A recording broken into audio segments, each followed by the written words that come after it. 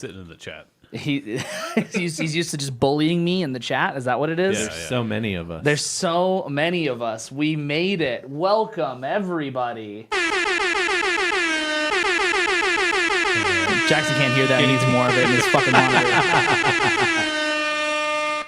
Morning, and welcome to a very special episode of Don't Feed the Artists. I'm Hagen. I'm Dave. I'm Adam. And we are joined by two very special guests. We have here... I'm Blake. And... Jaskin. You gonna try it one more time? Jaskin. One more time. Jaskin. We have Jaskin, everybody. Thank you so much. It's a end of year episode. We're here. We thought we'd bring on everyone's favorite guests. And Jackson. Yeah. No, we're being nice. He wasn't being nice to us. We're being nice. That's okay. He You can left do what the he room, needs. and he was very mean. Was he? Yeah. Hi, Ian. He just looked at all of us and went, fuck you and fuck you. Yeah, that makes sense. I get that. Yeah, for the audio listeners, if you go over to our YouTube video, you'll see that it's a packed house. It is incredible. It's very tight in this room, and I tried to figure out what I could do differently to make it work, but there's nothing I can do. I can still sit in Dave's lap if it helps. I think we should do that. It's the mic setup. I don't think it would work well. With you think Stacking, I'm already going to share a get my mic elbow on this. Yeah. Share a mic. I've watched enough 70s rock videos to know how to share that mic with you, Dave. just share a microphone and that'll work perfectly. Ian in the chat said he found Waldo. And Do you want to explain that? You look like where's Waldo without a hat? Yeah. that I have been Where's working Waldo? out, Ian. So if you want me to take off the shirt, keep those jokes coming. yeah, I'd love for him to take off his shirt. That'd be awesome. And then we'll get taken down off YouTube for some reason. I don't know. Because of my nipples. Because of your nipples. Yeah, That's that- exactly that'll do why. it. Got That's big exactly Italian why. nipples. Jesus. I got a scar from when I was a baby, Okay. right in the middle of one of my abs. What happened? Right in the middle I of have what? 7 What happened? abs. I had surgery on my stomach. Oh, but why? I was throwing up a lot and couldn't not throw up, so it was that or die. Oh, okay. I hope that you wanted to talk about this because Dave was going to force that conversation. I'm glad they fixed it. Apparently, the same thing happened to Ringo Starr. Like every time I forget what the condition was called, I look up him because it's got a really long medical name, and I'm just like, well, I remember he had it, so I just look it up. I'm like, cool, that's what it's called. So if you want to know, Dave, then you have to just look that up. I'll just watch the entire Beatles documentary again. Well, you know when I'm not he- sure they cover that. well, you know when he was not in the band early on, like he was in the band, and then like he took a quick break because he had to get surgery, and they had a like a fill-in drummer. That's what it was. That's what it was. Oh, okay. The stomach thing. But He got it's that not. surgery. But he they- wasn't a baby. He wasn't. Yeah, he wasn't. Or he was. He's still a baby. He kind of is. He's still a baby. Not the baby. baby needs back on the drum throne. The baby needs back on the drum throne. Baby got back on the drum throne. How's everyone doing? Everyone having a good week? End of the year. Pretty busy. Yeah, Yeah, it's busy, weird. but it's good. I honestly didn't think it was going to be as busy as it is. I don't know why. I just was like, oh, all of a sudden it's really fucking busy. But Yeah, incredibly busy. I got muscle relaxers from my doctor today because I'm having tension headaches. So fuck, dude. that's how I'm doing. I'm so sorry. I think That Hagen's sucks. getting close to that. He's got some pretty gnarly neck pain going on. Yeah, I got like lightheaded from neck pain today. Yeah. Yeah, Wow. but it's okay. If you want some muscle relaxers, I have way too many. No. She trusts me too much. Told her I've had headaches since the election. I'm positive it's stress, but just in case it's a tumor or something, what should we do? And she's like, try these. Go to bed. Medication. Yeah. Try these and go to bed. And then if that doesn't work, then we can do that. Then we'll give you propofol. Nice. That's what Jackson's really trying to get at here. Yeah, that's what he wants. Sounds That's- like he'll get lots of it. That's incredible. Well, Yeah. I mean, I feel it's the end of the year. I'm surprised that I'm busy, but it's good. I haven't even Like a it's work busy? Or, sorry, not work busy. Gig busy? Is that what you're referring to, or just general busy? just general busy. I did have a gig before this. I played a gig like right before this happened. So I say right long? before 2 hours. And then were you working before that? Yeah. Thank you for putting all this work in. On behalf of these guys, not Blake. Yeah, we weren't gonna thank you. Yeah. My only thing that happened really was that I stood in this room, like I cleared out a lot of stuff, like just to like see if I could like make the room work differently, for a couple reasons. Like one for this, so we could fit as many people in here like comfortably, and then the other one being that I like for Blake's new show, I want to be able to not be on camera. I'd like to have it set up so I don't have to be on camera. And so I'm trying to figure out how to change the room. So I'm fucking standing in this room just like with the camera on, like just Hand on hips. are you sure? Like this is pissing me off. I just want this to work, and I just couldn't find a way to get the room situated yet, but I will. That's the only like real stressor I've had in relation to this, and then also getting the mics to all work the way that I want, which I think everything works. It's working Is really that, well. vid- Seems is that like it video is. on Patreon? Yes, it's on Patreon of me just going in an empty Standing room. there, just walking around the room like a time lapse. Damn it! Oh! So yeah, but it's great. I'm happy to be here, and it's been a fun day, just tiring, and I can't wait to lay down for my neck. When you lay down, Kick my legs. do you kick your legs? I did that the other night, and I was like, "Oh my god, Feels I'm good. Jackson." You're Wait, like, do you again, wait? Feels good. Are you saying, "Oh my God," like you're Jackson? Do you get it, or you're saying just I'm oh, I acting am like Jackson. It's like fun, I was though, so right? excited But to you get get in it. bed. Yeah, I was so excited to get in bed, and I was cuddling with my dog, and I was like, "Oh And my!" you kicked your dog. I had like extra energy, and so I just started kicking my legs without thinking about it, and then I was like, "Oh my god, I understand." Imagine your dog's reaction, like, "What the fuck?" No, he doesn't. I do weird stuff all the time around him. Well, that's He's just like, "Okay, whatever." This is what we're doing now. So end of year episode. We're here. Felt like you were waiting for someone to call him out on it, but Just moving on. just not my job just anymore. just moving on. So we're here. Just so everybody remembers, the way we're gonna do this is we're here to talk about our albums of the year. So we'll like basically go around. We'll each talk about our albums of the year, and then in between that, I have some little things like we'll talk about how the year was in music, how we felt about that, if we have any hopes for next year, and so on and so forth. And I have some just like kind of loose games ish, you could call it, mostly just questions to see if Adam and Dave remember anything about this show. Can we start with possibly our not. hopes? I want to hear about Adam's hopes. Adam's, My we hopes. we could do that. Yeah, what's your 5-year plan? Oh, actually, yeah, let's do that. What do you got? Possibly move. I knew Okay, that. What and else? where is that? Milwaukee. Scotland. Okay. 5 years is pretty optimistic on Cool. that front, honestly. It's probably more like 10. More like 10 years you'll move to Scotland. Yeah. Okay. And what else? A long time. I don't know. That's it. That's all I got. We're gonna have to move on to our next applicant. That's Yeah. not. That's not. Yeah, That's not well thought out enough for us. Yeah. Okay. I'm gonna go first for my album of the year. Just get me out of the way. So everybody knows we all share what our albums of the year were, so it's not news to anybody. I told Jackson, I don't know if he remembers what our albums were. I didn't text you, but I didn't think you really cared. Also. No, I don't remember. I know Dave's. Yeah.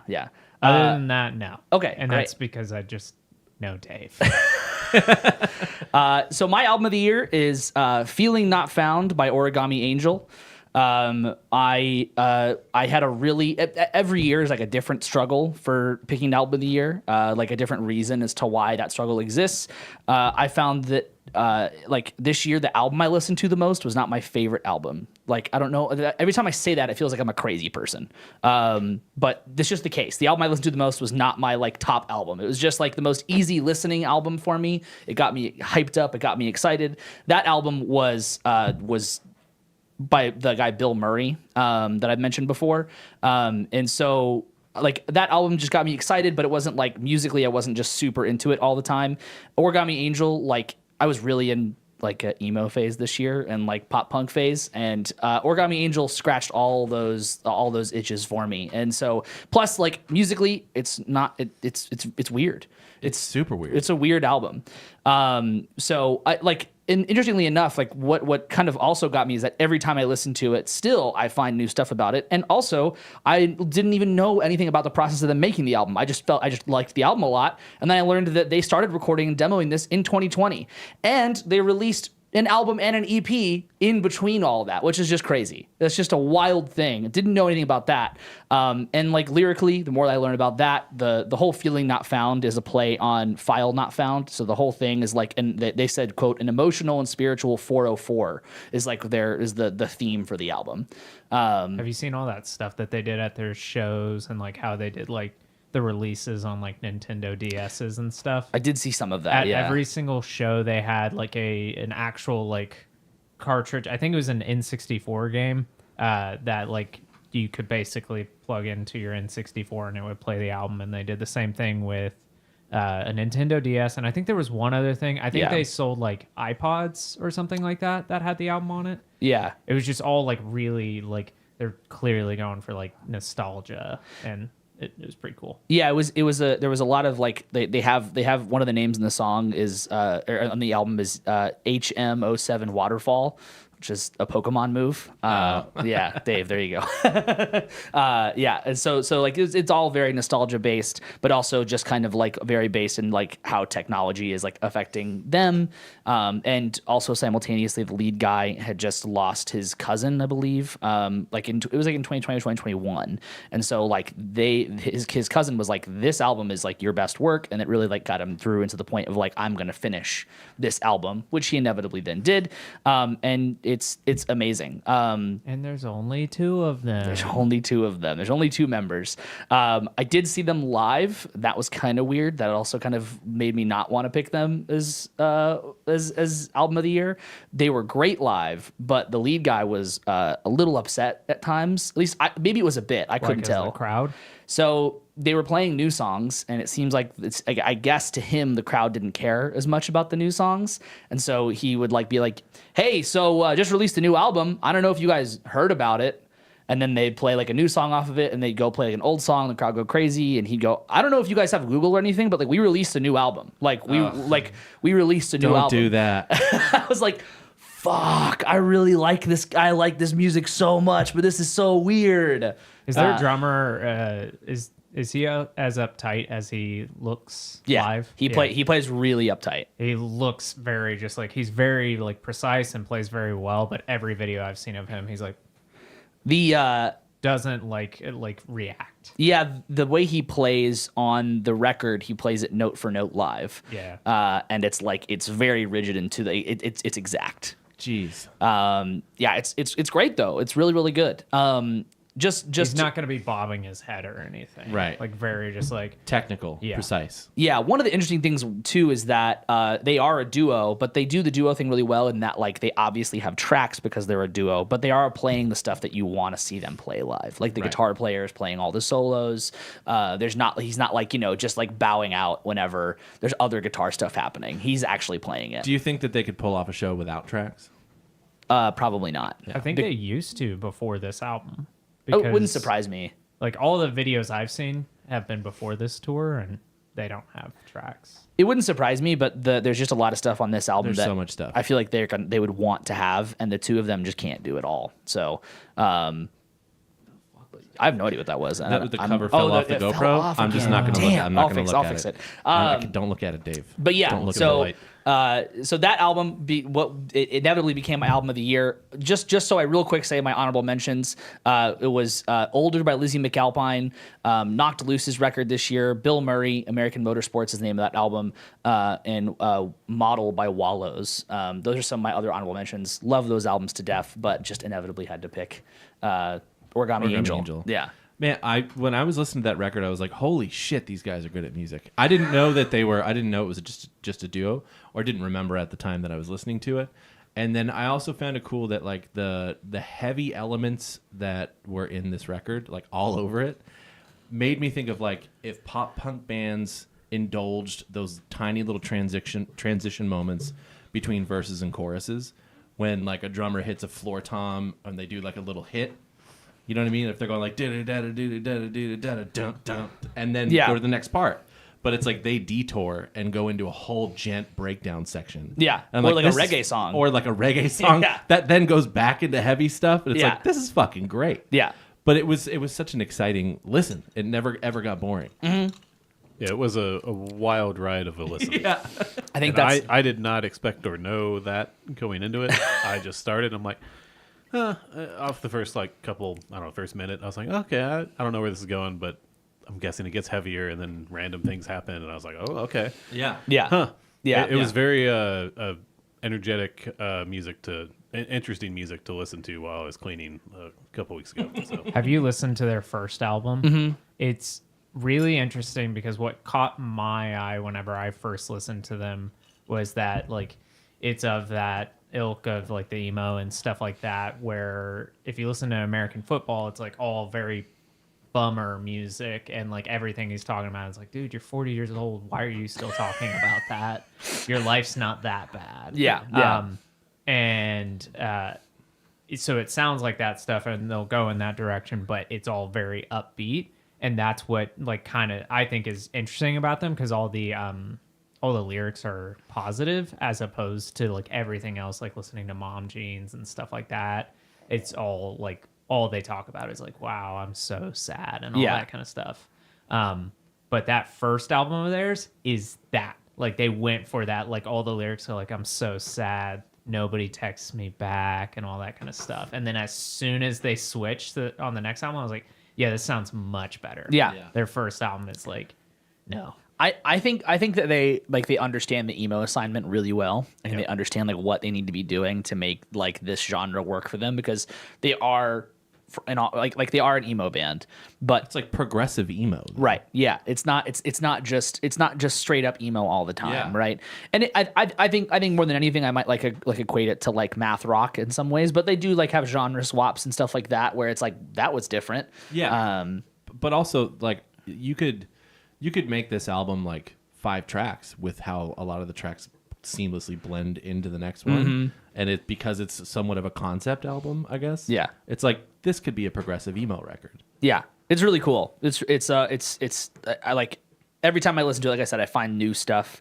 And if you listen to the first minute, you're like, there's an intro track and it's kind of chill. And then the first song, it's like, well, this is a really like cliched kind of like heavier, like I'm just gonna say like metalcore song almost, right? Yeah. And then the second song is like, why am I counting in this? Like all of a sudden you have to like, you don't have to obviously, but like you want to start counting because you're like, wait, where's one? Where's everything? Great record, super into it for anyone who's a fan of emo music. Couldn't suggest it enough. And But for the fans of Dr. Pepper. and for the fans of Dr. Pepper, yes. But yeah, that's my album of the year. I'm glad you guys got to listen to it and not just me shoving it down your ears. Because I really like it, and I'm as much as I can share that with people, I will. Now moving on to this year in music, to 2024 in music. That could be gigs, that could be releases, that could be live music. How do we feel about 2024 in music? Like this year was for Dave. It felt like every month I heard this is a grower of the show, like all the time, right? I think that I'm going to carry that into the next year because there were a couple of things that grew that I'm like, I like this, but ultimately I didn't really listen to anything for too long. Except and then for it just burnt out. Except for what is your album of the year? Well, yeah, all 5 of my albums I listened to, but I feel like they're easy choices for me. Sure. Yeah. Wait, you have 5 albums? We all Dave's an the 3 of us overachiever. chose 5. Oh, that's crazy. I listed my honorable mentions. Oh, okay. Yeah. Gotcha. Yeah. I just didn't want to harp on it too much because I was like, so we'll move past. But yeah, We narrowed it down to 5. Yeah. and none of the growers made it. Yeah, right, which makes sense. Yeah, I felt as far as like releases go, it's like the same thing as every year, but like on the like every year it gets like a harder thing to like, it feels like at least to keep up with stuff. And I try to go out of my way to like listen to stuff more than just for our stream on Fridays, and it still is just like every time I'll be like, how the fuck, what is this? How like, well, this is crazy. How like keep finding this shit is very, it's not difficult to do, but you just have to put in the work to do it, Yeah. And it just every year it feels like more and more and more do you have to go like work harder to find that stuff instead of going to your regular avenues, which is great. But it also is just, it's harder to find some of like the really great stuff out there, I think. What was y'all's like favorite show that you saw this year? Did you have one? Yeah, but Is it Origami Angel? no, it was Hot Mulligan, so another emo band, but Yeah, you've really been in a phase, haven't you? Yeah. I left that show and I was like, fuck, I want to see him again right now. It's a close second though, was seeing Between the Buried and Me 2 nights in a row. That was a close second, but That was the Colors Yeah. thing. but Hot Mulligan was like that was so fucking good. What about you, Dave? I can't think of any. All right. You know my answer. I do not know your Jack answer. Yak Oh, White. gotcha. Nice. Special Blake, what last about minute you? Jack White show. I'm trying to think of what I've seen this year because time is a flat circle that I can't grasp anymore. So, What about you? I went to see Jeff Rosenstock in Oh, LA. right. That's right. After I got home after my summer abroad, that was really fun to go to, and yeah, just really nice. 'Cause that was, Beautiful like- venue, 3-hour show, and all of his friends that I'm like, I have my whole parasocial relationship with, like Chris Farron and Laura Stevenson and Skatoon Network. Yeah. It was in there's this one guy that I was like, I swear I know that guy in the horn section. And then afterwards I looked him up and I was like, oh, he's in Goldfinger, he's in Real Big Fish, he's like in every single like formative ska band you can think of. And I was like, yeah, that was really fun to see. That's great. And it was just beautiful weather, and like it was in like the hills of Hollywood, which was really nice. Yeah, it was like it was like in a theater, right? Yeah. And everybody was standing up the whole time, right? Yeah, it was Yeah. in a theater where they typically do like orchestra shows, and you could tell so cool. because it was BYOB, and I was like, oh, this is like a punk show, and it's BYOB. I wonder if they know what's gonna happen. And people were just walking in with like 24 packs and just handing them around the show, and then everybody had their seat, but pretty much everybody went into the aisles and then like crammed up and made like mosh pits and all that kind of stuff in the aisles, and That's so cool. yeah, it was interesting. Wait, we saw Queens of the Stone Age this year. No, it was last year. That was last year? Yeah. We saw Foo Fighters this year. We saw Foo Fighters this year. Then that's probably going to have to be my... I thought you were going to say, no, that was last year too. Could have been. Yeah, no, we saw Foo Fighters this year. That's a good answer. Yeah, that's a very good answer. That's a bucket list. Yeah. Oh shit, Ginger Root. That was probably a better show than Okay. Jeff Rosenstock. Okay, I nice. think Jeff Rosenstock for me was just like I actually like really just like this music and like it means something to me. Whereas like Ginger Root, whenever I went to see them, I was like, oh, this is a band that like I like their music, but I'm not as like into. And I did my whole like I got free tickets to it, and I showed up and I was just like, wow, this is actually like one of the most well thought out stage performances I've ever seen, and like clearly like just there was barely anyone there. It was like a really undersold, like 20% sold Bomb Factory, and they didn't give a shit. They're just like, well, we don't care. We're just gonna play the same show and we're gonna just poke fun at this whole situation. We don't give a shit.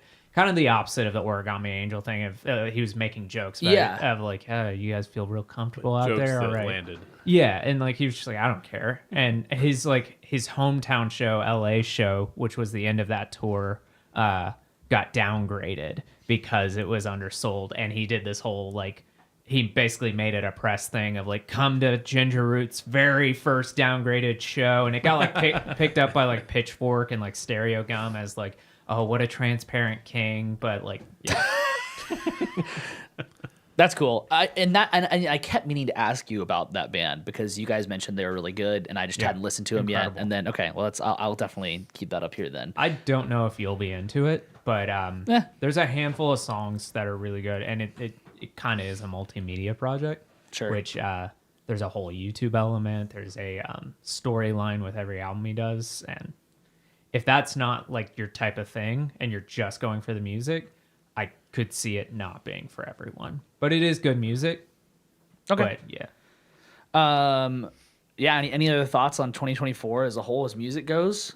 How? I mean, I felt like as far as this is personal. What you're done? thought it was here? good. Oh, that's good. Yeah. I felt like this is a personal thing, but I felt that like gigs felt weird this year. Oh, yeah. It's very Same strange. for me. Yeah, it's very strange. Like it felt like all of a sudden all the venues didn't want to pay musicians anymore. Yep. And that was a strange thing that I didn't hear just from the two of us. Like it was Yeah. everywhere. Everywhere. I played, this is the least amount of gigs I've played in a year in probably a decade. Yeah. This is very strange. Wow. I didn't get to experience that, luckily. I barely played any shows this year, but one of the few shows we played, which was that was last week, 2 weeks ago? Yeah. Was at a venue that, like, this is not the venue's fault, but, like, Oh, yeah, the way dude. that they do things is, like, they basically say, hey, it's a $2 cover for anybody who comes into the venue, and, like, that is a low enough bar that, like, if you're going to your favorite bar or you're wanting to go to the food truck, whatever, $2 is enough of like, fuck it. I'm gonna go in even if I'm not there for the band. But we had the opposite issue. But also $2 is enough that like if you get like 500 people, which is reasonable to happen at this venue, while you're playing, that's $1,000 to split Yeah. between the bands. And we had the very first time where it was just like, yeah, people were turning away at the $2 cover, and I was like, dude, what the fuck? It was really weird, and it was like they approached me and they're like, "Hey, I think we're gonna give it a little bit, but then we're gonna like kill the door because like people are turning away." And I was like, "Just kill it now, fuck it. I don't like that's like that's so annoying, and like that bothers me so fucking much." But like I never want to judge anybody's like financial situation, but like No, if you're going to a bar to go $2, drink, yeah. that's less than one beer. You've Yeah. already accepted that You you're can do going that. out to spend money. Yeah. Yeah. So like I do agree with and that. we're not asking like for $15. We're not asking for $10. We're not even asking for $5. It's $2. Yeah. So yeah, I don't know. It was very strange as far as that goes. And definitely, I mean, yeah, I guess that goes on theme of just like venues not wanting. I mean, is that people going to less shows or venues being cheap or both? A combination of a lot of things. Because I mean, I do think like the Jack White show as an example should have been something that sold out. I should not have been able to get a ticket the same day. right. Somehow I did, and it was still not a full like room even for that kind of thing, which is like giant Yeah. national act. Granted, doing a weird tour to get more attention and Right. fewer people are going to be in the door, but it felt weird there, and Well, maybe I had there's to something to that. remortgage my house to get my MCR tickets. So You're Don't part of even the ask problem. what I did for my System of a Down tickets today, man. What'd you do? Remortgage my house. Second time. Moving on, I have some questions. You can call this a game if you want. You don't have to. Game. Game. It's a game. Blake and Jackson, you guys can answer, but don't answer first because you might guess some bullshit here. Okay. How many deep dives did we do this year, and can you name them? Fuck. 69. Takashi 69. Now, I do have to say I forgot this was a game that we play, and so I didn't look at the website. now, what I Even can I knew this was coming. What Well, I also forgot to get Hagen the download numbers, so I just forgot. I forgot everything. So now I could go a little back and forth on what we count as a deep dive. So I could potentially be swayed on what the number is, but I do have all of them pulled up that I could potentially consider a deep dive. I mean, I would just be guessing shot in the dark, so I have no idea. but just name them off. Name them off. Name them off. Adam, name them off too. You guys just collaborate here. Yeah, play tennis here. I'm going to say I think there's 3. There's 3 deep dives. Okay. 3. So I I guess know not. that you guys did At least Wilco. 3. That's crazy. That's fair. You guys did Fair. Wilco. You did Incubus. You did Counting Crows. Yeah. There was another one that I'd never heard of that band. This guy's not even on the fucking that's- show immediately anymore. was like, This yeah, is I'm not fucking listening to that. He crazy. listens to it more than we do. I was thinking there. What was it? It was like Jellyfish. Jellyfish. Yeah. Jellyfish. Okay, Third Eye so that's Blind. 4. Third Eye Blind. That's another one. Okay, we got Wilco, we got Third Eye Blind, we got Jellyfish. You said Incubus. Yeah. They didn't Did we do say Chris that, I did. Stapleton this year? No, No. we did not. Jesus. What else? What else we do with Blake? Did we say that? Jackson said kind of gross. Did we say the other one? Wilco. Said Wilco. Did we say Third the Eye other one? Blind? Oh, we said Third Eye Blind. Eye Okay, Blind. great. There's one more that I would consider, but it's more of like I'll give you the hint. It's like a genre thing. Jason Isbell? Genre. Ska. Genre. Genre. Grunge. Grunge? No, Yeah. these are old. No. I'm just saying things. Old. It's very recent too. It was very recent. It Yeah, was very I'm recent. Basically. Shows what an impact it had. Oh, on us. disco. Disco. Disco? Jesus. Yeah. And then if you wanted to Yucky. That count, was most of these were your idea. and if Yeah, I you know. and if you wanted to, you could count the formative songs as deep dives. There's gray area. Yeah, I- yeah, yeah. I could buy an But argument like on if you that. guys Yeah. had called that out, I would Yeah. have counted it. So it was double what I thought. It was 6. Yeah. 6 would be 6 is the answer that I was like these are our deep dives here. I haven't been listening to the episodes at all. Normally that helps me Well, out. you with are the answer. you are on them, so I Well, I used to listen to all of them. no, I know, but Jesus. All right, Dave, it's Are your you saying turn. what the fuck to me? No, just to Adams. this whole interaction. All right, Dave, it's your turn. Give us your album of the year. Give us your honorable mentions. I skimmed over mine. No one else has to do it. You can talk more about yours. I'll start with the honorable mentions. Nora Jones's Visions. Listened to that a lot with my wife while we were Don't need to know. grooming our dog. Don't need to know what you Whoa, how you man. groom your dog, bro? Jackson, What are that's you, an old Drake? joke. He Get does, some, get some he new does jokes. he does weird stuff with the dog. already. Get some new jokes. Oh, fucking hell, Can't believe dude. that came back. Idols Not like Tank, us. Dawes' Oh Brother, and Sierra Farrell's Trail of Flowers. And my favorite album of the year was Nathaniel Rateliff and the Night Sweats, South of Here. great album. Great album. It's really good. Yeah. This is Jackson, really good. I'm so glad you included that on your list and that was your pick because that was just barely not on my Right. top 5. you early in the year when it came out, you were like, "Yeah, it's too country." Yes. Do you still think that way? This is not my point to speak. No, I thought it was great. I don't think it's too country. I know that. I don't think it feels very country at all, no, honestly. no. I mean, there are And I mean, elements. I dislike country music, so I just think it's a really great group of songs that fit really well together, and that this is like 3 or 4 records in a row for me where I'm like, man, they're getting better and better. They're really like killing it as a band, and they're consistent with how they sound together, but they're not just rewashing the same ideas over and over again. This is their first one back together after his like Since solo. no, second one back together. Oh, second. Okay. Yeah, they had another one like 2 years ago because the solo record came out in 2020, I think. Yeah, that sounds Or right. late 2019. Right, we're 2 for 2. These are bands that I showed you guys. Yeah. Adam, But let me down. but the That's big, not true. Yeah, it is. No. I played that Dr. Pepper song while we were on tour, Jesus. and you I guys didn't remember ignored that. it. No, because you guys ignored it. That doesn't count for me. That doesn't And count for then- me. That No. sounds like a And bit. then you're like, wow, look at this band I found. Have you listened to this? I was like, dude, fucking suck it. That doesn't count for me. That doesn't work. Nope. I mean, technically, I'm on his title plan, so I guess I can attribute mine to Jackson. Bazinga. Good job. Good job. Son of a bitch. Go ahead. The thing I Dave. like the most about this record is Can you do it in his voice? The- no, I can't. It amazes me how he sings, and I feel like I don't know if I've just been listening to him long enough that I'm having an easier time understanding him. But more than that, it's his keyboard player that can just sing every word that he sings in a backup vocal and still play the keys the way he does. That alone is enough reason to listen to this record. It's fucking unbelievable. You don't listen to the 1975, do you? No. Yeah, this whole thing, the like not like listening to a singer and actually finally starting to understand him. That's a thing with the 1975 Oh, okay. fans. That's been a thing for a while. I didn't know that. Every singer I have on this list is hard to listen to. I don't find Nathaniel Rateliff to be necessarily hard to listen to, but definitely like yeah, No, it's just hard to understand what he's saying. He's chewing up his words a lot. Yeah. And not really spitting them out. Hey, he's got a gumball in his mouth. Yeah, He's the dude exactly, from yeah. The King's Speech. Yeah. The king. He's the king. He's Yeah. the dude from the.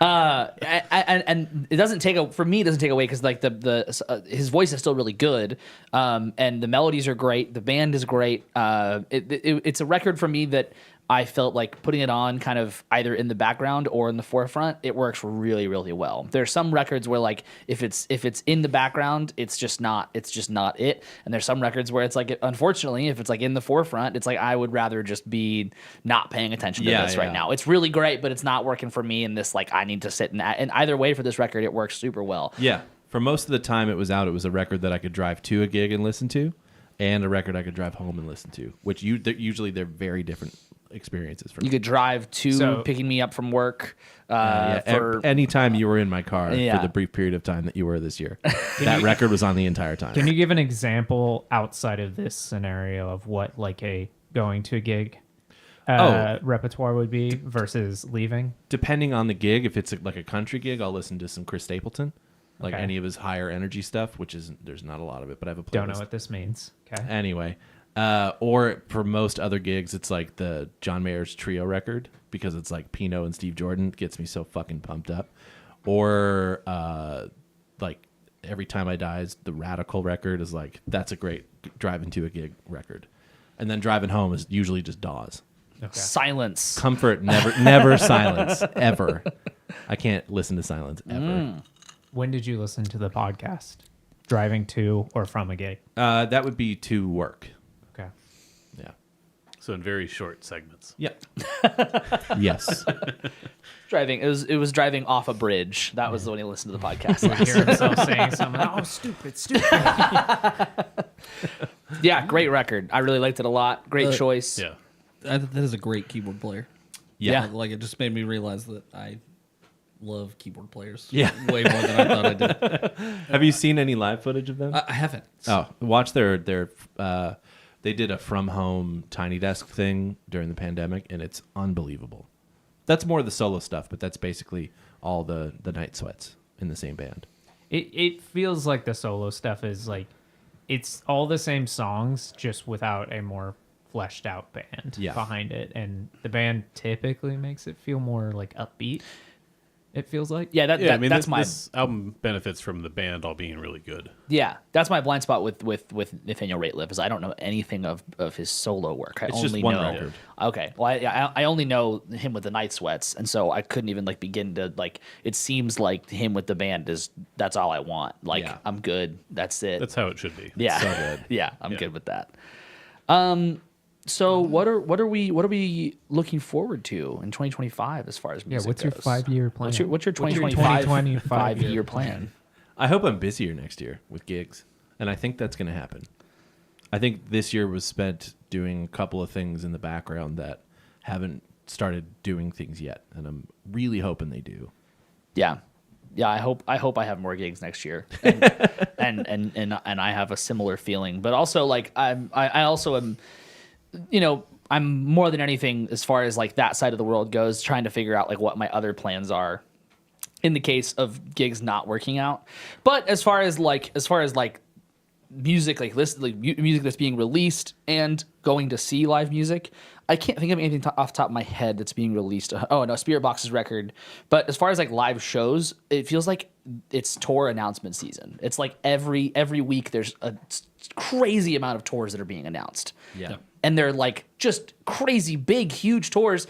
I was hoping we could go to a Coheed show together, Jackson, but we can't. So 2 years in a row now that I won't be able to get to see Coheed. This is Yeah. a big deal for me. I'm sorry. Yeah, I'm it's sorry. Not that big of a deal. I I thought about it, and I texted my normal group of Coheed friends that I was like, oh, another fucking year where we don't get to see them.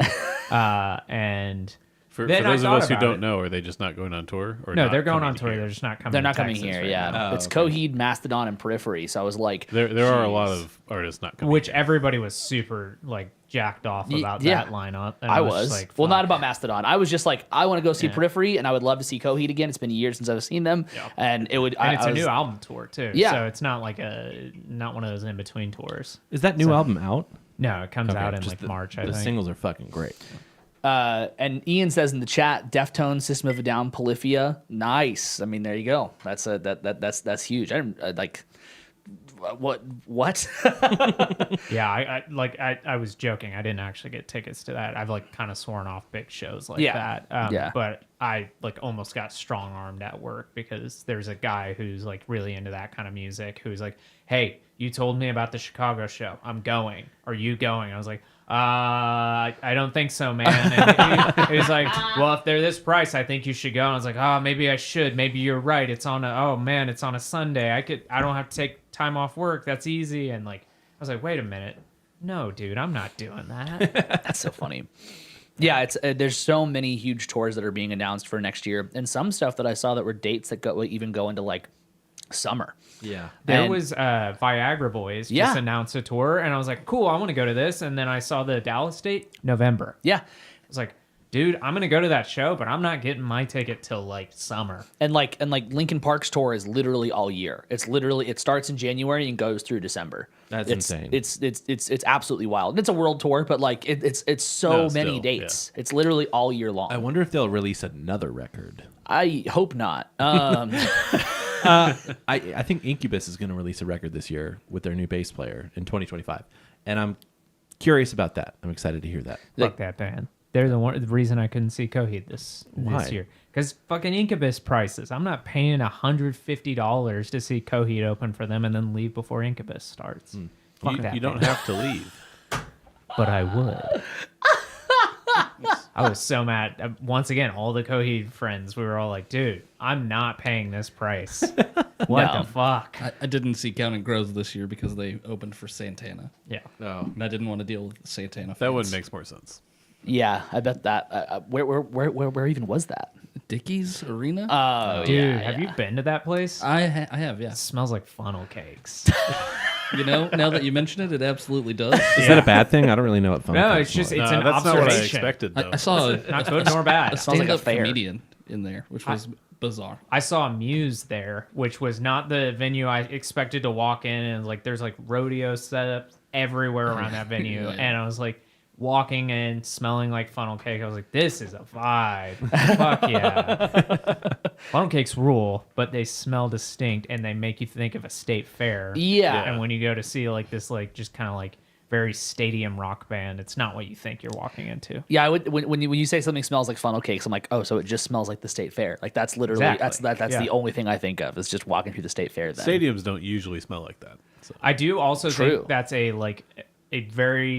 it's a good sized stadium because the American Airlines Center, which is like one of the biggest stadiums in this area, it has the floor, has the first row of seating, second, and then the nosebleeds. This place only has the first row and the second. So even if you have the highest ticket, the highest row seat, yeah. it's a good spot. There's like the quote unquote nosebleeds there aren't bad. That's So good. if you're ever considering going there and you're in the area, It's not bad. I'm going back to the first question. Did you say the live show that you liked? I had the biggest like gap in my brain I've ever are you going to had. say what I'm going to ask you about? Yeah, absolutely. Okay. I saw two of my favorite bands. Okay, yeah. Of all time this year. Yeah. I saw Dinosaur Jr. I saw the Flaming Lips, who were great, and then I saw Weezer play the second best Weezer album of all time in its entirety, and it was like a fucking Disneyland ride. The footage that I've seen from that show looked really fucking cool. It was so fun. Dinosaur Jr. is so fucking loud. Well, and you saw that one was at American Airlines, It was right? at American Airlines Center. Yeah. We got upgraded seats That's awesome. for the Weezer set. It was fantastic. They are cartoon characters. So wait, Dinosaur Jr. How they opened for Weezer, right? they opened the show. How many amps did Jay Mascis have? Was it the So same setup? He's got 3 full stacks. Yes. So what's that? 12-inch speakers. Yeah. Then he monitors himself with 2 Fender Twins. Then he also puts a Fender Twin on the bass player's side of the stage. That is deafening. Why? That's insane. Why? They want to He's hurt people, depressed. and they did. In American Airlines Center, I saw people have to leave. Damn. Well, especially in for there. sheer volume. Yeah. That's wild. And it was maybe the second or third best moment of my life. Front of house engineers hate them. Yeah, Crowds love exactly. them. Dinosaur Jr. That kind of stuff scares me. Like, Me have too. you heard about the My Bloody Valentine thing? That it's called the Absolutely. Holocaust, right? Huh? Yeah. That's what they call it. Like, genuinely, it's like a song, and they basically there's this noise part on it where they play like 30 minutes of just like pure like up to 11, and it's fucking scary. The idea is you can auditorily make yourself hallucinate.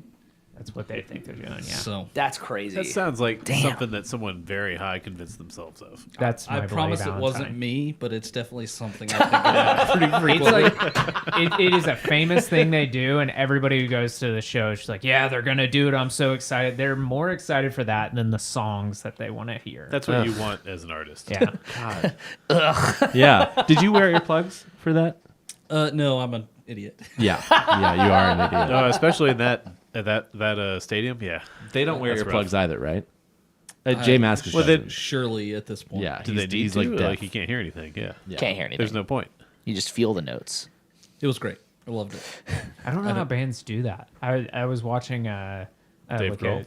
a King Gizzard and a Lizard Wizard show today, and I was like, wow, this seems like a very extended jam they're doing. And I watched, and like it was professionally shot, and like every single one of them, like no earplugs, no monitors, Yeah. and I was like, fuck, how are you guys doing this? They sounded good, but I was like, dude, you guys are doing this. Like, they notoriously play 3-hour sets, and then they're doing it like every night. Yeah.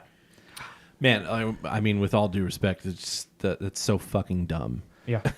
Well, like, I mean, the earplugs thing is a little dumb, but like, whenever I see bands not using in-ears, I'm That's like, fine. that's. But I'm saying that's just like that's more. I don't want to say it's necessarily impressive, but it's just like it's just interesting. Well, they had monitors, but like, But that's not the same That's thing as different, in-ears yeah, though, right. because in-ears are so like customized, and you can be like Yeah. your monitor is too, but only to a certain point, because like you could do basically whatever you want to your in-ears. Man, if I walk away from my monitor on stage, I am deaf.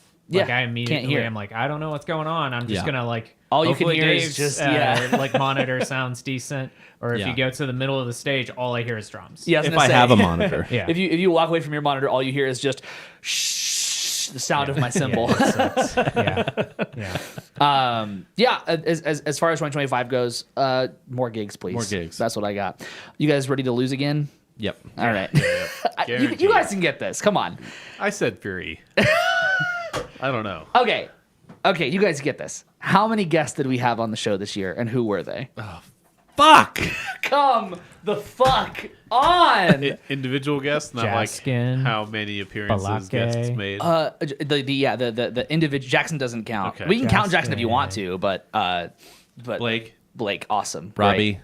Oh, sure, we can count Robbie. I didn't have. He was on Fun Fridays. Yeah. So Well, I count that. okay, Robbie, you count. I would if you hear personally this. like Robbie to be stricken from the record. Robbie's stricken from the record. Though. Thank you. I'll second that motion. I don't know, Robbie. Sorry, Robbie. Blake was here multiple times. Do we get to count him? No, multiple just times? once. Just Blake, once. Blake. Oh, no, there's I feel so bad. no way. This There was that sound What was engineer this that you year? guys It had. Oh, Carter and Chris both. And that's fucking it. Is that it? Carter and Chris. I would have guessed Chris was last year. No, that was this year. Okay. Carter it's been a and weird Chris were year. this I year. could have named all these. Well, thanks for Somebody watching. listens to the show a lot more than he lets on. Only when I was in Korea, dude. That was a long time, but the year apparently. We had was. 3 guests: Blake, Carter, and Chris. We can count Robbie. We can count Jackson, but those are the 3 No. guests. Not Robbie. Sorry, he's stricken from the record. Yes. Those are the 3 The guests. jury needs to ignore what just happened. Yeah, ignore it. Those are the 3 guests that I thought it was gonna be more, and then I looked back and I was like, oh, it was just those 3. Makes sense. I would have thought it was more, and I was like, who are all the people I forgot? Yeah. Oh my goodness, that's so loud. Sorry. We're not even Thanks. on stream. No, we're on Twitch. Oh, Thanks for turn that. it up? I can't Updated. hear it. We just got to follow on Twitch. Thank you for the follow on Twitch, and I'm gonna go ahead and just. Now we know what that does. Oh Dave yeah, and I. yeah. Now you know. now you yeah. know. I don't think I've we heard knew it before. Yeah, you've heard it before. Yeah. Moving on.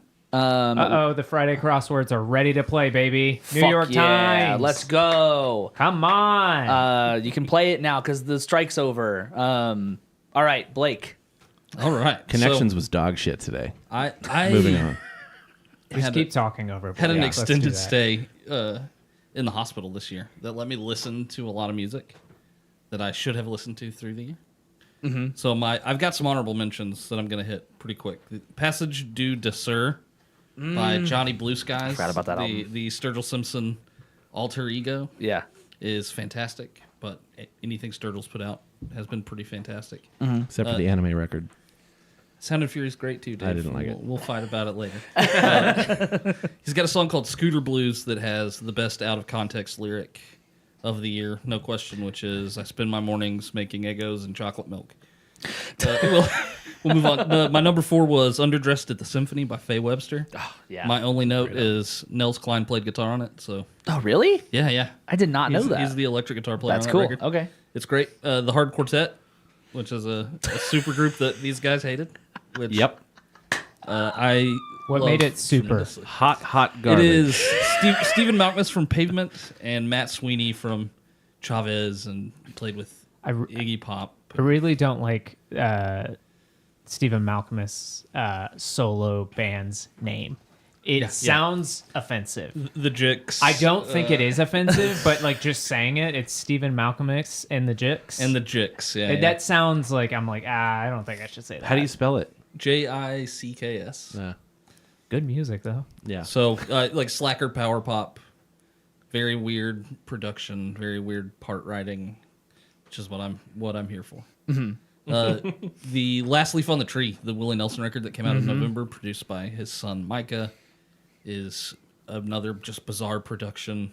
Bizarre production. Willie Nelson has the best old man voice He does. of all time, He really does. I and think that makes sense. the song choices. Wow, do you agree with that, Adam?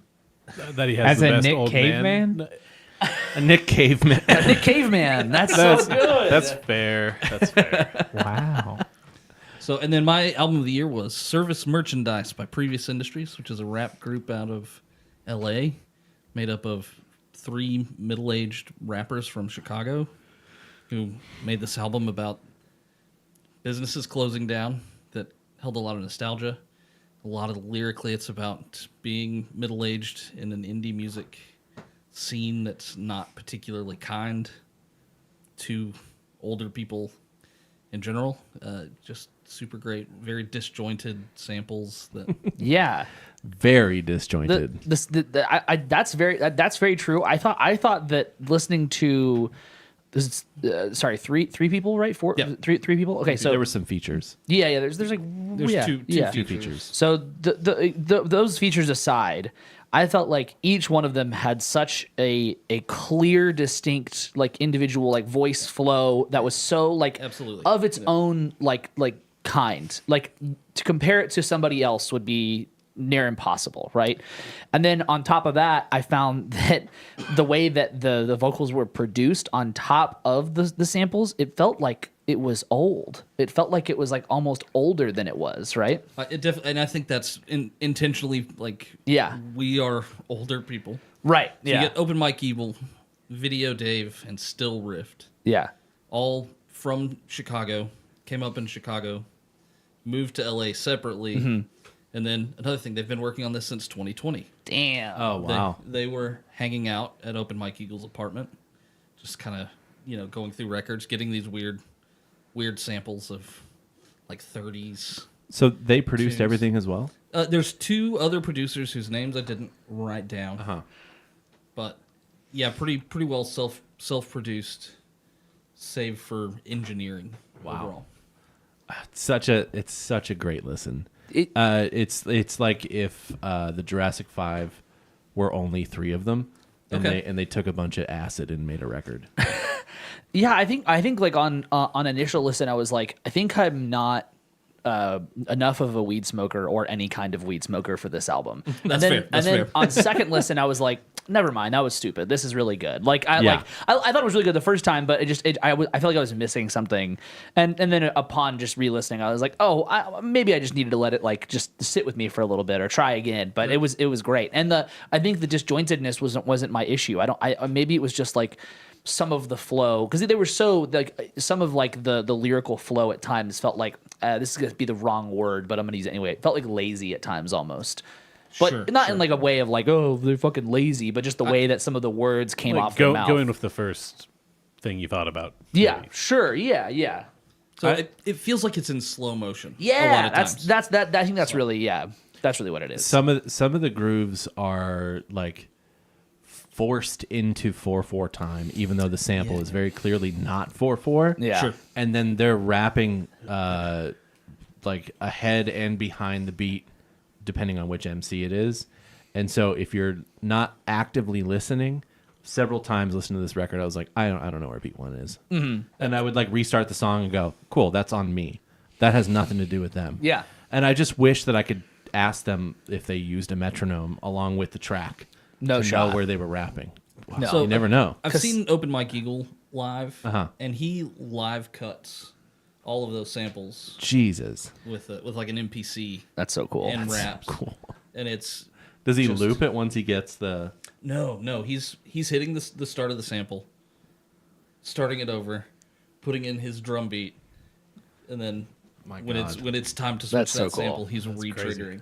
That's so crazy. So yeah, it's wild. It's a great record. really good. It's worth it digging Yeah, to. Service. I really service enjoyed it, merchandise. although I did have the first like initial take, kind of like Hagen did, about like, I don't think I get this. I don't do drugs enough. I don't think I get this. I don't do drugs enough. Really, it's real. There was an immediate thing about like, I'm missing something, and I don't know what it is, and I don't know what it says about me. Yeah, it's That's all fair. It's definitely definitely was a real thing, and I could see myself coming back to it and liking it more and more each time. But it definitely would just it was not my initial thing, but it really is real. The slow mo thing, that's the perfect way to put it. It does feel like it's in slow motion sometimes. I have a long early drive, and it was really easy to just lock into. that makes sense. And the Yeah. album is about the length of my drive. So That's Oh, perfect. yeah. There you go. Man, I mean, just really, really fun lines to listen to. Like, Yeah. every time I hear it, I hear a new like bar that I'm like, it's fucking silly, but that's awesome. It's a lot of silly bars. He says like I sleep like a baby. When I wake up, I'm grown. Yeah. Because the weather tells me that, or my bones tell me that the weather's gonna be bad or something like Yeah. that. You're just like, this is so fucking weird, but it's great at the same time. you start to go, yeah, this is all about just Being old. being old. That's good. Okay. Adam didn't help me with this next part. Yeah, What did you guys think about Me Without You's live album? Didn't know they released one. It was really good. Thanks, Jackson. Always going to be locked into those guys. Really good. Thanks, Jackson. You're welcome. Original thought over here. Yeah. This guy's not in chat right now. What? So this year for the podcast, there was some interesting things. But before I dive into some of like the numbers and stuff, not that anyone really cares, but I'm using it for the game. Did you guys have any like favorite episodes or moments from the podcast this year? You guys have to remember now. We don't even know what episodes we did. As I know mine because I'm selfish. I know. I think the formative songs were the most Yeah. interesting among them. I agree. I know that for me, when I did my rant about when we were young in Lawrence, I felt really passionate about Your that. book reports? That was really good. I really, Yeah. I was a fan of myself, but I also liked our Taylor Swift Patreon and a special shout out for Blake's long form episodes. Yes. Especially doing like almost 3 hours for one album. We'll get there. We'll get there one day. No. I'll just have you all on the new show individually. Yeah, so these discuss. episodes have been so long and fun and also long that Blake gets his own show now. So It's My 3.5 hours. Plan works. so I have the rough viewership from YouTube, Instagram, and TikTok. I will give you guys a hint for each. So the hint is that for each one, you could either guess anywhere between 10K to 60K viewership. What the between fuck? Each one. Just 10, 20, 30, 40, 50, 60. Okay. So for YouTube, how much do you think we got? 20. 20, Adam? For overall. Just like overall viewership. Oh, shit. Overall viewership. 20,001. 45. Okay. 30,000. 30,000. Right the rules. closest. Okay, Instagram. What do you think? Views? Viewers, yeah, I- views, yeah. I don't have any context for this. Views are all that really matter. 10,000. Yes, Yeah. right about 10,000. Lower than YouTube. Nice. And then TikTok, any guess? With the Taylor Swift stuff, Yeah. With the hate. yeah, like 100,000 probably. That one didn't actually get that. And like 99,000 is Taylor Swift fans. Carter's actually. That one actually didn't get as many No, I know, views. Yeah. It got a lot of comments. It did. It got a lot of The comments. ratio was nice. Yeah. The ratio is Yeah. real good. 30,000. 60,000. Holy shit. 60,000. I also have no context for this either. Yeah, so- yeah. You on don't even know what TikTok, TikTok is. Carter's episode was my favorite episode. It was a good episode. Yeah, it was great. It was great. And Carter's clip is the one that did the best on Yeah. TikTok, and Yeah. where he talks about the dummy fader, and it's fucking great. But yeah, TikTok 60,000 views. If I'll talk about it more, but in our next little piece. But I am really looking forward to making those numbers go even higher next year. So stick around, Jackson.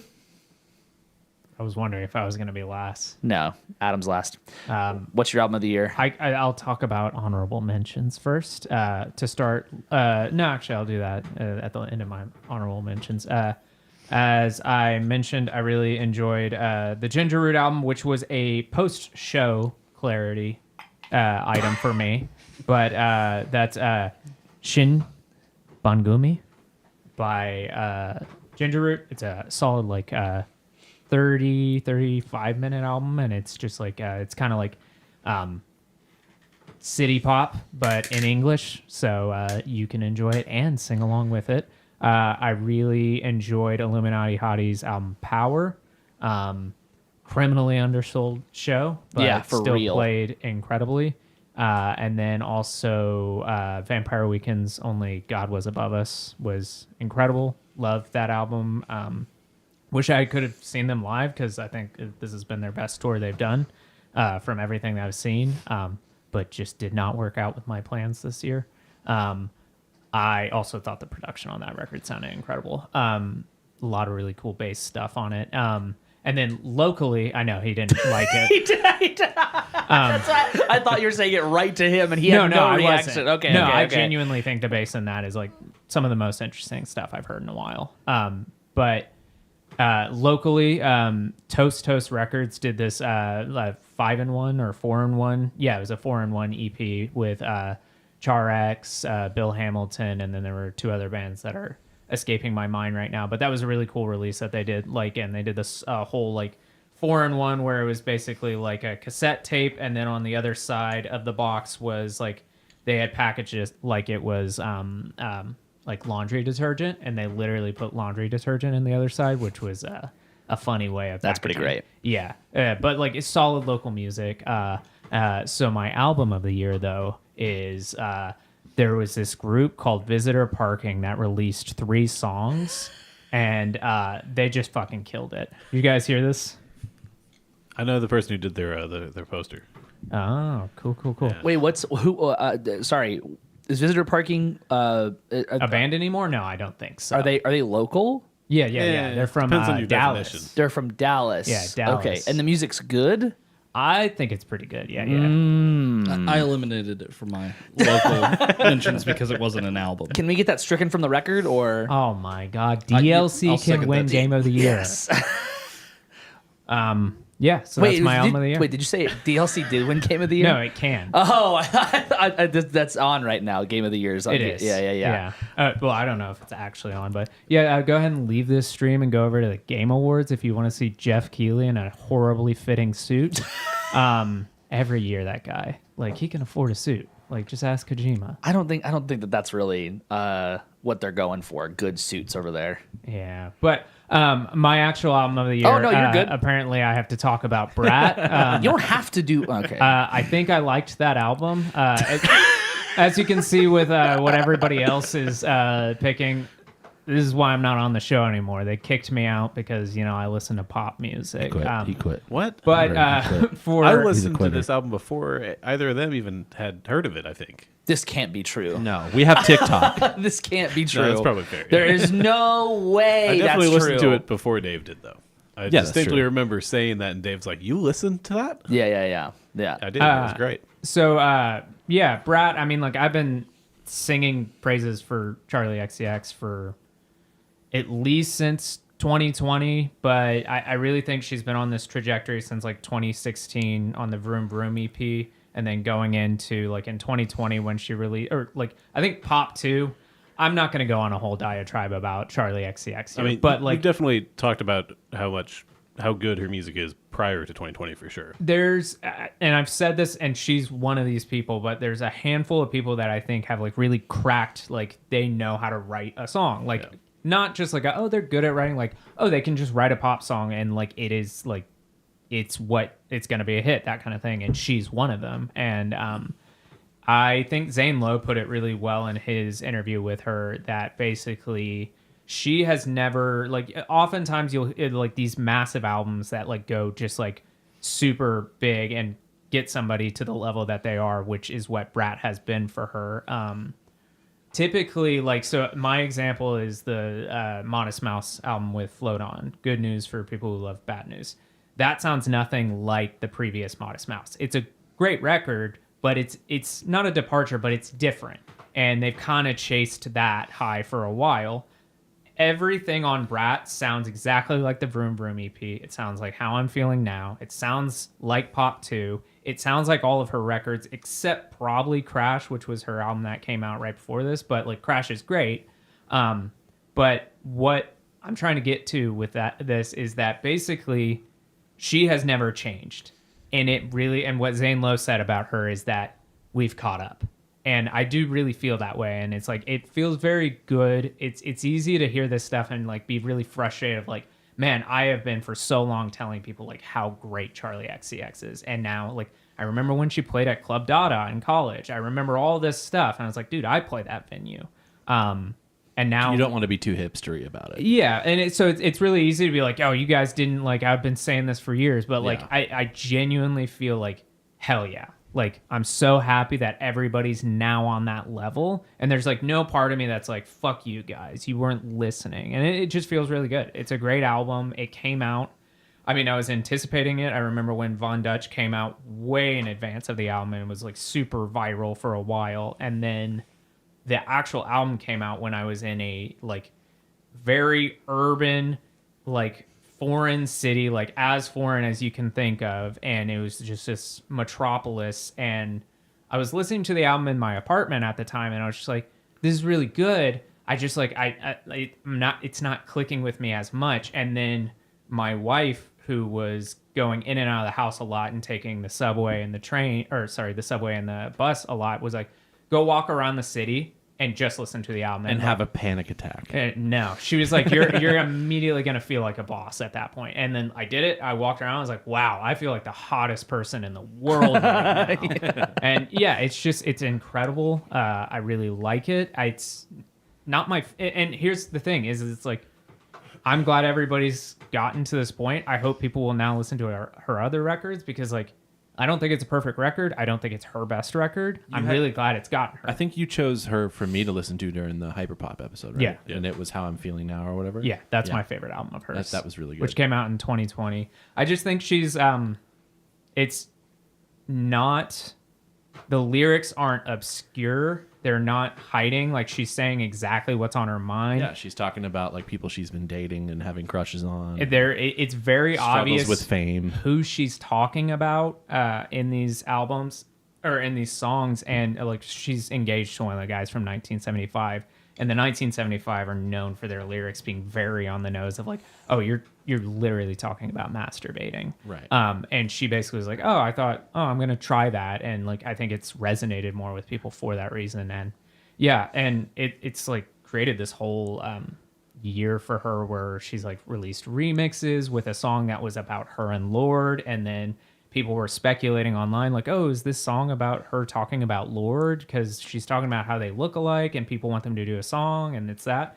And then she released a remix with Lorde having a verse talking about like, hey, here's my view. side of the story. Yeah, and then she released a whole remix album, like it's the same songs but remixed. I think it was like last month, and it like I'm not a huge remix person, but like it basically, yeah, I was like, oh, this is really interesting. It actually reinvents it. There seemed to be a song about a producer who died or someone who would make her beats. Yeah, so that was Sophie, which was the album I asked album yeah, to listen yeah. to. Yeah.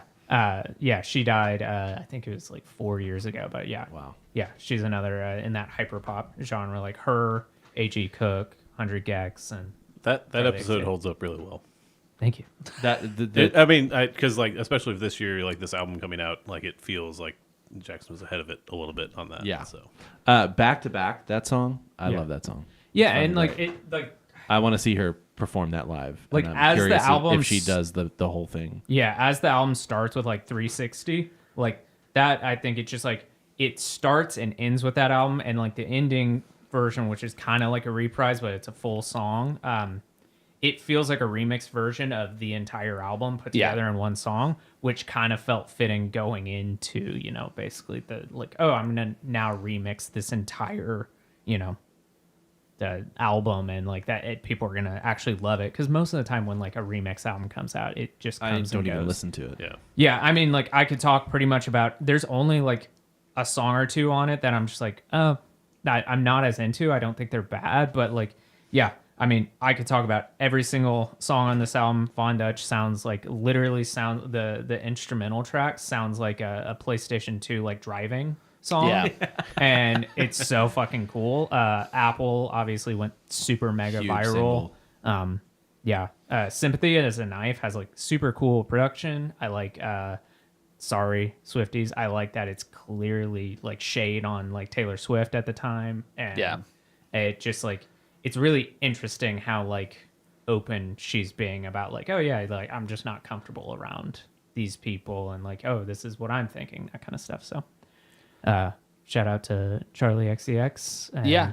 I mean, Keep it's it going. It's kind of crazy because, like, you know, all of what you said is very real. Like, we've all seen you be a fan of Charlie XCX for years, and it's crazy to see not only that she has become as big as she has, but like this is the most culturally significant record of the year. Like we can look at the Spotify numbers and see that Taylor Swift has the highest streaming numbers, but the summer wasn't called Taylor Swift summer. It's called Brat Summer. She, she owns a color now. Yeah, exactly. It's like this is the most culturally significant music of 2024, and it's probably one of the coolest things to see somebody who, you know, whether or not like I haven't listened to her for as long as you, I'm not even close, but like just to see that like someone who, you know, has been in the scene and been working and hustling, yeah, and putting in the at- work. Yeah. Yeah, it's just she's been in the like and even outside of like, oh, you can see that her constant output, you know, and like she was on the Barbie soundtrack. Right. She's had all these like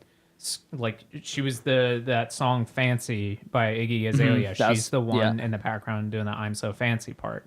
And if you look at her outside of that actual like what she's on and what she's putting out with her name, she's written like she's a pop Yeah. song writer and who like has as many song credits as like any of the like people who write pop songs. Like that's a really shitty explanation, but Or like a Sia. it's shocking how she's always been there, and she's like my age, so it's like it's not like she's like, oh man, she's 40 and she's just like, you know, been churning these out. It's just like she's been doing this since like she was like I think like 16 or 18, and it's like the hard work shows, and it really like I'm telling you, like when she was here on the Crash tour, I tried to get tickets and it was at House of Blues, sold out. House of Blues is not, I think it's like a 1,500 cap room. yeah. 24, I think. Yeah, but like it's big, but it's not massive. And as I said, she played Club Dada, which is a couple hundred people, and then this year she sold out with Troye Sivan, the American Airlines Center, and it's crazy. Yeah, it really is like it's a thing of just, you know, if you're able to, like, you can see work actually, like hard work actually paying off. Everybody can like look at a lot of success stories and be like, it's a lot of times it comes down to Industry luck. plant. Or sure, Industry plant. You see, I see both of those happen a lot where it's like, I don't know how this person got here. This is like some kind of like this is just luck. I mean, I'm not saying that person didn't work hard, but like you can actually see Charlie XCX. I do feel the same way about Chappell Roan. Like you can see the hard work from both of these artists becoming two of the biggest artists of the year, and I think will continue to hold that platform up for a long time. But the big thing about it for me is that like, yeah, the hard work is there and she's been doing it like grinding for years. But like the big thing for me is that she didn't, you know, basically like, hey, I need to drop this abrasive part of my production. I need to no longer work with AG Cook so I can make like a very like palatable album. Like she's like, release the same stuff that I always do. And Yeah. it just for some reason this time it hit. And it's Yeah. just like, that's what I really appreciate. Like you said, about like it. it's like the world cut up. Yeah. Yeah. There's no float on this. Yeah, but as a songwriter, she could 100% change the production and change the textures and everything, and the songs would hold up just as much, but it would lose the charm. But it might in turn be more appealing to a broader audience. Yeah. So my album of the year is Visitor Parking's 3 singles: Clean Up, People Like Me, and Lover's Lane. I muted him. Okay, so 2025 for the podcast. Like I said, I really want. I'm looking forward to getting the view counts up. I'm looking forward to keep working on that front. But more importantly, as we've said, we've announced it and we mentioned it. But Blake's having his own show with us, and it's going to be a lot of fun. Yeah, I think so. You have your first episode already kind of worked out, right? Well, let me know. Yeah, we've got it planned. Yeah. So Should be a good time. So this is real. It's happening, everybody. You want the ultra nerdy long form shit? Don't worry, we got you. I've got it covered. The deeper dives. My first episode is on transistors and guitar pedals. People are gonna love it. And I really can't wait to teach anyone else how to work all this, so I don't have to be in the room. But I heard Dave volunteered. Yeah? No. I heard I was volunteered. Oh yeah, I Yes. just said you can. We you call can that run being it. voluntold. Yeah, you're voluntold to work it while for that episode for the first Yeah. one, and then You're going to be out in the other room going, No, I'm gonna go. I wish I was playing WoW right now, but you're on my computer. Okay, Adam, album of the year. Yeah, I'll go through. Okay, I'll go through my honorable mentions first. Jack White, No Name, in 5th. This is my wife's favorite album of the year. I really think this is his best album. I think I'm going to it's catch some hate for that. very youthful. It feels like a White Stripes record to me. Yeah. It feels the closest he's come to that. Yeah. Yeah. It feels like what he's been. It feels more memorable to me than the other solo stuff that he's done. that's a Although good way to Borden House Reach is really good, but yeah. So that in 5th, Childish Gambino, Bando Stone in the New World. This album was great for me. I really like Childish Gambino, and I really was looking forward to this album and enjoyed every part of it. Idols, Tank, just like Dave. Great album. What does that mean? Tanked. Yeah. Did we ever find I out? don't- Because it's spelled T I A didn't try to N figure it out. G K. I didn't really try to figure it out. I figured during their It's a good press name. tour they would like explain it, or it would say somewhere on like the jacket, and it doesn't. Well, they It's just the accent just spelled out. they explain the pronunciation of it, that it's tank, that you don't have to worry about the G. But what does it mean? I don't know. That's for you to figure out next year. Fuck those guys.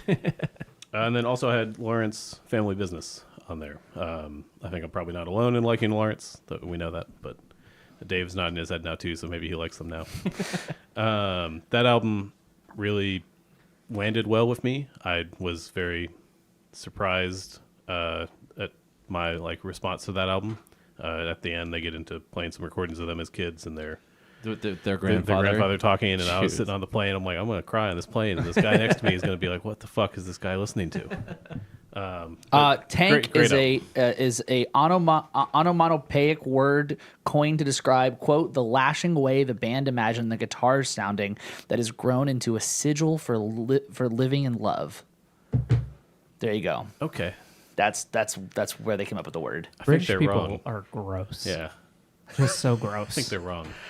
They're wrong. They did that. Dude, I got in trouble on Instagram for saying things about French people. So like, whatever, Cancel man. bugs? Yeah, no, Yeah. clearly. Yeah, No, but- he already got in trouble. He got his cancel I bucks got for it. banned. I got banned for a couple days. well, That's great. That's great. But they're French though, so whatever. You know. Fucking French people. Yeah. So my album of the year is "My Method Actor" by Nilüfer Yanya. Yes. I got the name right. Woo! I had to watch a couple interviews to make sure I got the name right. This album is great. I don't know exactly how I stumbled upon it. I know that it came up as a recommendation for me on Tidal. I don't really know why or how, but I'm glad it did. I told you about it. You mentioned it after. Did had already I? seen it on Oh, Tidal. okay, Yeah. Jackson. But I said it on the on the episode that I listened to a bunch of albums. That's when I You said did, it. but I mentioned you mentioned the album art, and I was like, that was recommended to me on Tidal first. So okay. I don't Oh, it know. wasn't that Maybe this is episode. Tidal We listened working. to it on We Fun listened on Fridays. Fun Fridays, Yeah. I don't know if this is Tidal working. I don't know how it exactly got there, but I'm glad it did No, because this title album. does not work. Well, it's maybe won't work much longer. I will say this is the first time an album made me angry in a long time, and I was upset that I didn't know it already. Yeah, it's It was Well- so good. to Hagen's point earlier about like it's hard to find what to listen to out of everything. This is one of those cases where it's like I'm annoyed that I didn't know about this artist before because I've now gone back and listened to her other stuff and it's all great. This is Yeah, she's like been, made like, for me. Like consistent. yeah, and it's one of those things that like keep putting in the work obviously, and then finally like I guess we just caught up. It's very good album. Even like from the very first song and when I was listening to it the first time, I was like, yeah, this is good. I like this. Like I put it on my list pretty early into the album. I hadn't even finished it.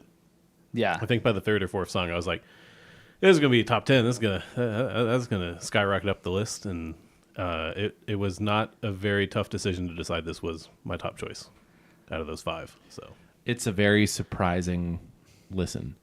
I haven't heard a lot of people are talking about McGee this year and how like his guitar tone and his voice and they work so well together and it's revolutionary. It's like, well, okay, there are many comparisons, but I think that this is truly like the way that her voice blends with her guitar and the voicings that she's using, the low register, and it weaves in and out, and just the textures of her tone. It's fucking so good. It's Yeah. so good. I think I thought that I got a lot of like a lot of really interesting guitar stuff, but really what was kind of happening more than anything for me was it felt like almost like slow electro indie vibes. Yeah. That Yeah. was like driven by almost something more aggressive, but it wasn't like actually that aggressive. It was No, like it was some grungy sounding guitars. only sometimes did it actually yeah, sound there like were that. moments where there's like a weird quality to it. It's almost Yeah. like implied sometimes. It was almost like implied aggression and like you maybe were like accustomed to one or two songs that had some of it, and the next song didn't have it, and you were like, it wasn't there, but you still got the similar feeling. The only thing that I felt about this album after enough listens is I was at the back half of the album, I got a little bit samey vibes off of. Track Yeah. 7 to track 11. Yeah. But it was still really good. Still great. Yeah. I just think they could I have was- ordered it differently. Yeah. I was completely into it by that point, so I didn't care. Right. Sure. But going back and listening to it again more and more, it's like, yeah, that it does feel. Maybe this is a trend I just feel like I've noticed more of myself. I feel like the order of albums is odd in more recent music. A lot of front-loaded Yeah. records coming back. Yeah, I mean, I think that this felt like, I mean, and I could be wrong, but it does kind of feel like the way it is ordered is almost intentional. Like because it did feel like the flow. I only felt it, that I thought it felt samey, but it still wasn't like that samey. It just kind of like it felt like the record was intentionally trying to take you almost like on a ride up and Yeah, then it's got a on lot a of ups just and downs. ride down. Yeah. Kind of like it's like Yeah. right at the like you said, like whatever 7 through 11, you're like you're just going down, Yeah. and it's not like in a way of like fuck this is so boring or this sucks, but it's just like there's the up that might have sold you at the beginning, it's not going to come back, and you think it's going to, but again you get those like kind of almost like implied tones that are like, oh yeah, this is aggressive, but Yeah. Yeah, it's a clear up and then down, Yeah. which is different from a lot of stuff. Track 7, I keep mentioning it, but when that hits, it feels welcomed. It's like, oh, there's a little break before the end of the record. This is just my first listen, and then I was like, oh, track 8, okay, maybe here's another little break. Let's see if it ends with some of the stuff from the beginning of the record, just to like bring it back up again. And then it never did, but not to a detriment. Yeah, I think it. I don't think it's a negative thing. I think it works. It is a little weird. Like the more and more I think about how albums are like tracked at Yeah. the last couple of years, it feels like this is a very strong trend that we're going back to like front loaded, like you said. Which, as somebody who listens to a full album anyway, I don't really care. That's fine. But, Yeah. Yeah. It is a strange choice. Yeah. it's a great pick. It's a great pick, and I mean, Jackson had mentioned that like she's been doing stuff for a while, and the people have been really into her for a bit. But like, yeah, just finding her this year, and hoping that this is another artist that continues to blow Yeah. up more. Would be When I really say great. that, I'm talking like Pitchfork Sweetheart. Yeah, So, yeah, yeah, like, Yeah. Just in the world that I'm in. yeah, She's yeah, done a Tiny Desk concert. Yeah. yeah. Yeah, I went to look up some performances, and they're all from like 2020, 2021. I'm like, oh, I've missed out. yeah. She's been very consistent and like has been like people have been like, oh yeah, like we really like her, and then it Yeah. does seem like this album has kind of like Hit not the right catapulted, chord. but like Yeah. gotten much Yeah. more recognition. Man, her drummer is incredible. Yeah, yeah. I think I would imagine it's him on all the tracks too. It's like two drummers, and one of them is the producer. Yeah. Well, and the on the production side of things, it was basically her and her producer only. Yeah. Who worked on stuff. Yeah, At least the initial like go around, it was just them hammering it out. yeah. There's only a handful of other musicians on it. That Yeah. producer plays like most things on it, from at least from what I saw on Wikipedia. So, which I thought was great. Yeah, great record. Really good choice. We have our podcast picks, so our picks that the three of us chose, and we broke the rules this time, and we chose 2 albums. We make the rules. We make the rules. One of them has already been mentioned. It was on Adam's list. It's Family Business by Lawrence. And then the other one was All Born Screaming by St. Vincent. The reason we chose 2, if anybody cares, is because I hadn't really listened to the St. Vincent record. I know that the 2 of them had. And so I was kind of like, we should pick that, but I guess I should listen to it. And I was like, or we could pick Lawrence, because I know that me and Adam have that at least in But common. I hadn't listened to that Right, record. yeah. So I was like, I should listen to it. So I listened to both of them back to back, and I came into the problem of, well, fuck, these are both really good for their own reasons. So Yep. Pretty different reasons, but yeah. good reasons. I think Dave put it really well in our group chat, saying that the St. Vincent record is like more creative. I think that it's like it shines at being like one of the most creative, innovative things I heard of. Like I don't want to call her like necessarily mainstream, but like, you know, something close to mainstream, right? A lot of people know who St. Vincent is, and so like the tones, like I mean, just man, the amount of weird ass fucking sounds on this album is crazy, and the playing is great. But for me, where it lost is where Lawrence wins, which is like there were songs that were catchy, but not an earworm. Nothing that like stayed in my head at all. And Lawrence did that really fucking well, where like I could look at the album list and go, I know what that melody sounds like. most I of know the what album, that. Yeah, honestly, exactly. Yeah. And so it was really hard to pick between the 2. So instead, We pick both. Both. both. It's a tie. Yeah. Yeah.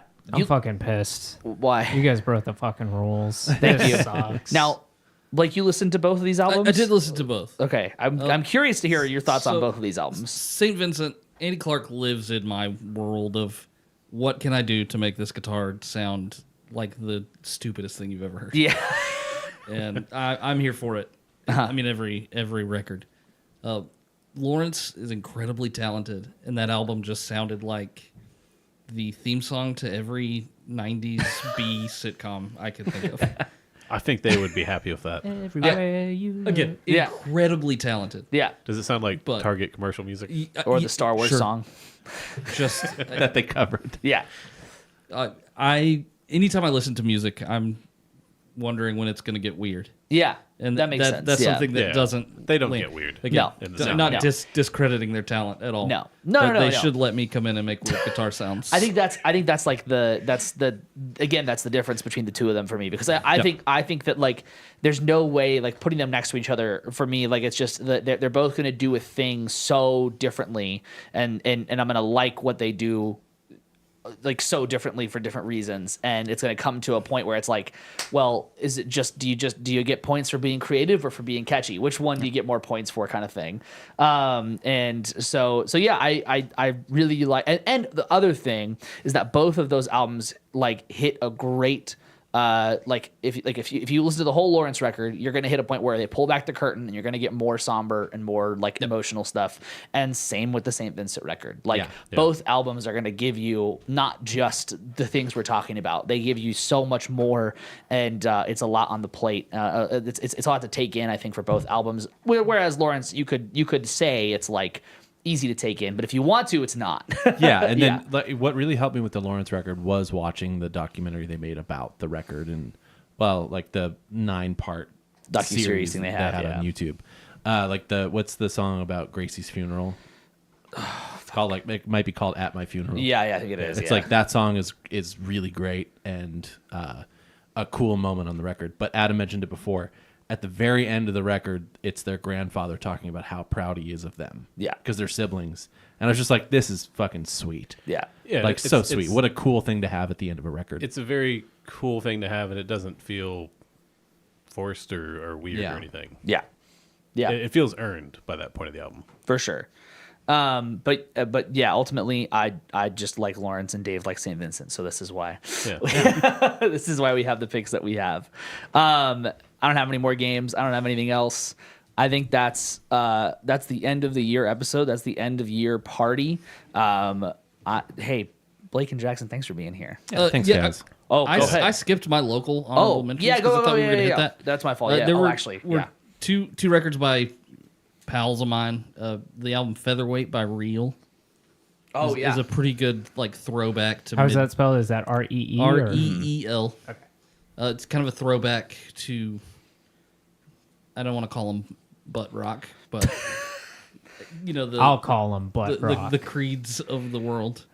And then In the Blue Light by Captain Moon and the Silver Spoons. Yeah. is a great experimental, funky record that everyone should check out. I also forgot to read some of our submissions for other people, for our listeners and Instagram viewers. Album of the year from Pablo. We have. I discovered this guy this year, and I've really enjoyed this album, although it is from 2021. Thank you, Pablo. Classic. I don't know Classic who Pablo. you're talking about. From our friend Joey, we have Charm by Claro. And Ian, we have Better Lovers, Irresponsibly High. What? Oh. What? Yeah. Oh, Good- yeah. good record, Well, good and record. it's one of those things that's like I think we all felt like just not enough time with that record. Sa- But yeah. it's, Ian, yeah, you should yeah. check out the Me Without You live album. I think you'll really just settle in with that And one. Ian's other answer is Marilyn Manson 1 Assassination Under God. Boo. Boo. The reality of my record Fuck of the that year choice. is August and Everything After by Counting Crows. It's been that way since the 90s. Oh yeah, my old record of the year that isn't from this year is Paul McCartney's record that I talked about a whole lot, Yeah. and probably the Jellyfish record. I was gonna say I was gonna Jellyfish say got to be up there. Jellyfish, Yeah. yeah. Why did y'all do that? I've never heard of that band. I was why. That's shocked. why. Yeah. That's why. Yeah. But no, what I'm Oh, asking. someone is showed why- it to me. Okay. Yeah, Okay. a friend Got showed it. it to me. And I was like, this is fucking incredible. Yeah. I think that's what it's like. It was like what 93 is that album? Yeah. Yeah. And so it was just like, and it was a musical shock from that era, and so it was like that. That's why. Oh, it just feels like out of place. Yeah. And it flopped. Yeah. And then they broke up. So that's our album of the year. That's our end of year episode. Anybody else have any thoughts? Anyone know what they're listening to? No. Damn. Hey, if we can push this one more hour, I can get Whataburger breakfast on the way home. You can help me Just clean hang up. out for an hour. Sure, I'll help you clean up. Awesome. This is great. This is really coming up, Hagen. Thank you guys so much for watching. Thank What you do you for think listening. about Wicked? It's great. Did you guys already talk about that on the I podcast? talked about We it last did. week. Yeah. All right, fuck this. Do you want to talk about it? No, not really. I didn't think so. My doctor today, she told me I need to see it, and I was like, I'm probably not going to. She's like, yeah. No, you have to. And I was like, no, you don't understand. I love musicals. I just don't like the movie. That's not what I'm interested. You don't like in. Wicked. You gotta don't wait like for Wicked. part I don't two. like Wicked. Yeah, that's the But, big like, one. That's the big thing about this is that like whenever I tell people, I'm like, only certain people are gonna be like, hey, you know me. I have a musical pedigree, right? I don't want to see Wicked. I also don't want to see Rent. I got a little New York. Right You there. did. I also, Yeah. sorry, I don't wanna wanna see Rent. I don't wanna I'm see feeling Rent. my Yeah. Italian roots. You know, it's me, Luigi. I'm just the whole thing. I mean, what this fucking guy? Yeah. So my album of the year is Luigi. I agree. Who do That- you main that's in really good. Smash? Mine's Luigi. Luigi. Yeah. Thank you guys for listening. Thank you for watching. Appreciate it so much. If you haven't already, please follow, subscribe, whatever podcast app you're using to listen to this. If you're on YouTube right now, hit the subscribe button because it's free and it helps us. And if you like also Twitch, we're on Twitch over there. You can follow over on that too. Yes, Jackson. We're playing a show next Friday, December 20th in Dallas. Moniker and Matthew and the Arrogant Sea and a couple other groups. It's at Double Wide. I don't know when the show starts. I think 9. Yeah, probably 9 p.m. But I've heard that there's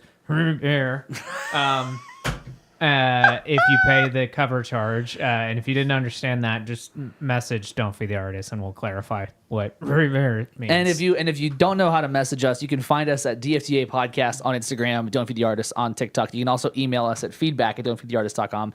All of those things will you can ask us what those questions are, or you can tell us what your album of the year is. We want to hear from you. I wish more people would have responded. I'm a little mad at you guys. I would love to hear more about your album of the year. So please let us know. Continue to DM us. And email us about your album of the year. If you haven't already, come join our Patreon. There's good stuff up there already. We'll keep adding more stuff, and when you join, you get some fun little merch, and it helps us out a ton because this is a labor of love. So join the Patreon, helps us out. I don't think next year Blake's show starts right away, pretty much in the year when the year starts. Second week of January. Yeah, hoping. we're starting right away with that. So high fives and deep dives. Check it out. high fives and deep dives is going to be a ton of fun. So be ready for that. I think that's everything. Thank you guys so much for an awesome year. And I mean, we can do Fridays still if you want. Yeah, sure. And we'll be around doing fun Fridays. So if you want to come listen to whatever new music is out at the end of the year, we'll be listening to that. Thank you guys so much. Thank you, Adam. See you Thank next you, Dave. year. Thank you, Jackson. Thank you, Blake. Fuck off! Get rid of town! Bye, Jackson. See you next year. See you next year. He's gonna Or say no next not. year. He's gonna say no next year.